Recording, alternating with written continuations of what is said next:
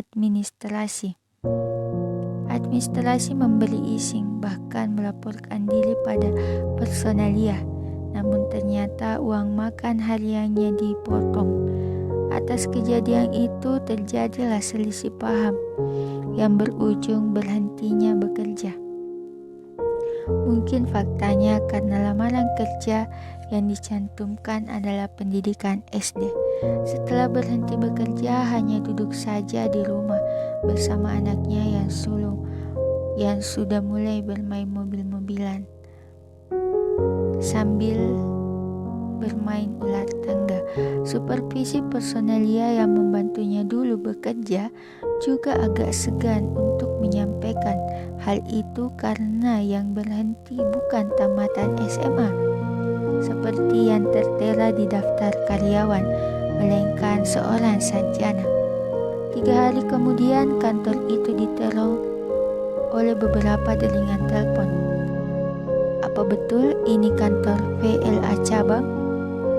Betul sekali, Pak. Apa yang bisa kami bantu? Begini, Pak. Karyawan yang berhenti itu adalah anak kemenakan saya. Mohon maaf, Pak Jaksa. Perusahaan tidak mengetahuinya. Satu lagi, Pak.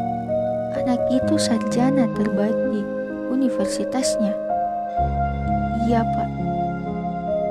Saat gagang telepon itu disimpannya, sembari memikirkan resiko atas keluarganya Pak Hakim, tentu kedudukannya juga akan terancam. Apalagi dari Pak Jaksa yang menelpon. Namun telepon itu kembali berdering. Apa ini kantor VLA? Betul, Pak.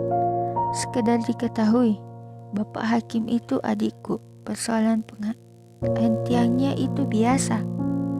Tetapi kesalahan perusahaan mempekerjakan karyawan tanpa uang lembur itu menyalahi aturan Depnaker. Data perusahaan Bapak sudah didapatkan. Asal diketahui saja bahwa yang bicara ini adalah pemimpin majalah Fakta. Suaranya begitu lantang dan juga didengar oleh semua karyawan di ruangan personalia. Atas kolega istrinya, mulailah ia mengajar di beberapa sekolah. Lama juga ia mengajar, bahkan terakhir menjadi dosen. Dan lucunya, apabila ia hendak berhenti, dekannya selalu melarang. Alasannya sederhana. Sekalipun Pak Hakim cuma sarjana lengkap, tetapi kisi-kisinya jauh lebih kredibel daripada yang lainnya, seperti yang bergelar magister atau doktor. Tidurnya begitu nyenyak, sekalipun rumah itu sangat sederhana. Menurutnya, itu adalah gubuk derita hidupnya. Tanah yang dibeli oleh ibu susuannya dengan harga Rp1.000 saat pemerintahan itu masih bernama Daeng Matoa dan masuk Rincik. Banyak juga yang tinggal di rumahnya sewaktu ia masih kecil. Sekarang ibu susuannya telah meninggal dunia dan orang pernah tinggal sudah jarang lagi ke gubuk itu. Banyak yang telah berhasil membangun rumah gedung di tengah kota, bukan lagi rumah di lorong yang ditinggali. Selain itu, banyak juga yang telah jadi pegawai dan guru pemerintah, tetapi sangat jarang menjenguk sewaktu ibu susuannya masih ada. Beberapa surat dibacanya berulang kali, juga surat dari istrinya. Tentunya itu surat yang sangat didahulukan. Kak, di saat membaca surat ini, anggaplah Nunung berada di hadapan kakak seorang. Kalau selalu banyak menuntut, Nunung harap kakak dapat berhasil dengan gemilang. Walaupun kehidupannya penuh dengan risiko dan hinaan dari orang-orang congkak. Ada banyak hal yang muncul menjadi kristal, Kak. Dan pembelajaran dalam hidup ini seperti kepribadiannya yang kadang keras, kadang lembut. Kalau pilih yang mana, tentu saja yang sederhana. Sekalipun surat istrinya belum juga selesai dibaca, tetapi benar juga seperti mata kuliah pengantar psikologi yang ditulisnya 25 tahun silam. Suami kalau keras juga tentu tidak baik, apalagi kalau lemah. Papa, sayang, kalau mau marah silahkan, sebab tanpa adanya keterbukaan yang dimiliki, rumah tangga tidak akan langgeng. Kita harus saling mengerti, Pa. Dalam kesendirian aku menyayangimu, dan kesetiaan perlu dibangun. Itulah perasaan yang selalu diimpikan. Mungkin juga impian semua perempuan demikian, ingin mempunyai suami yang betul-betul jadi teman hidup ideal.